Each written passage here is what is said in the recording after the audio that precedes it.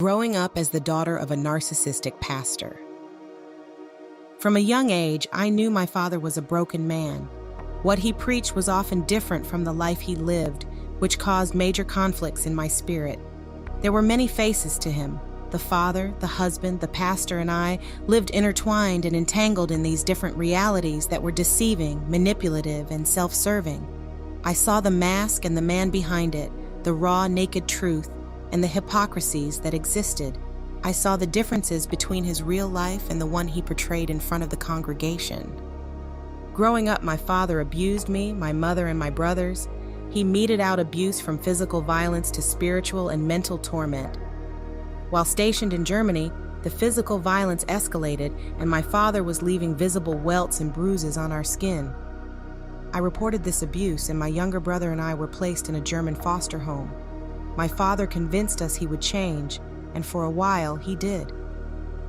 He stopped physically abusing us, but the mental, emotional, and spiritual abuse intensified.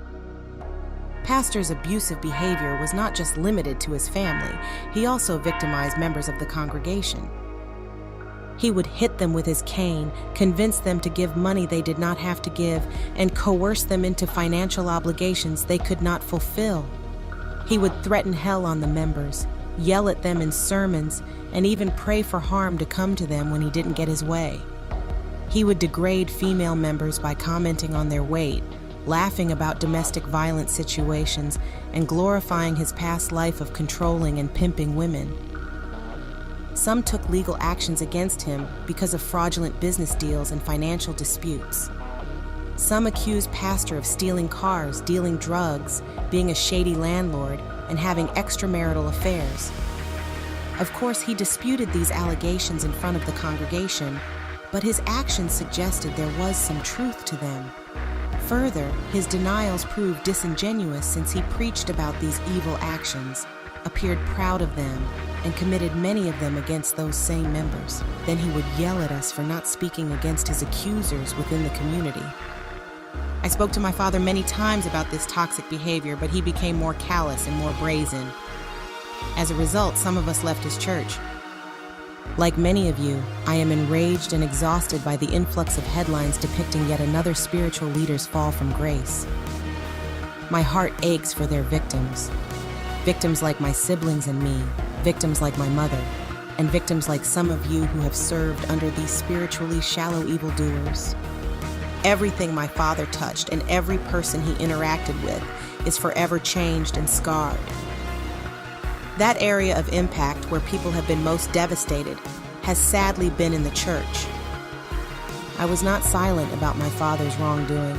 In fact, I reported him for child abuse when I was just 13 years old. But speaking up for myself and others has often gotten me into trouble with him. I set boundaries, fought, and pushed back. I didn't enable my father's behavior, and I was not codependent. Being raised by a narcissistic pastor meant that I had to bend over backward to fit his needs. As a child, it cost me the validation, safety, and the security I needed. As an adult, it cost me my family, health, and sanity.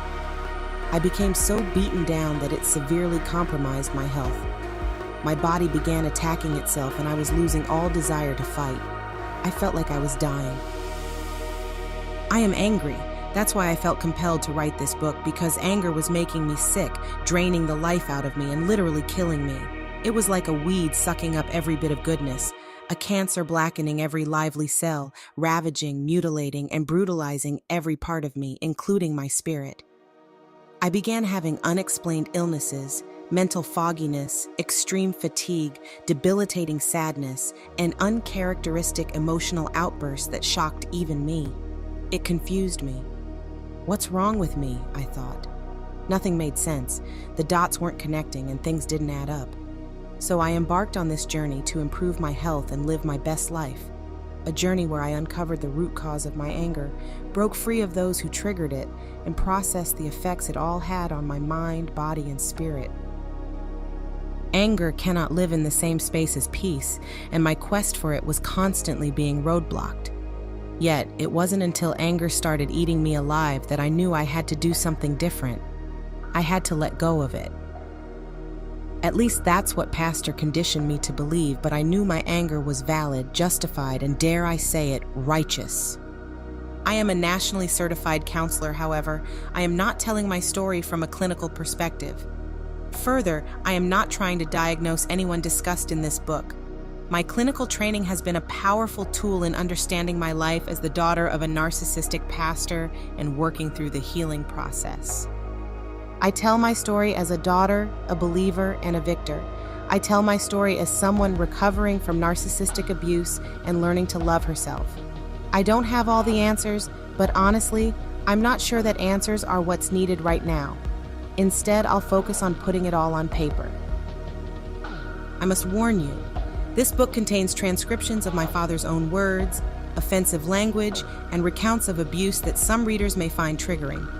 I encourage you to take breaks, practice calming breathing techniques, and continue reading as tolerated.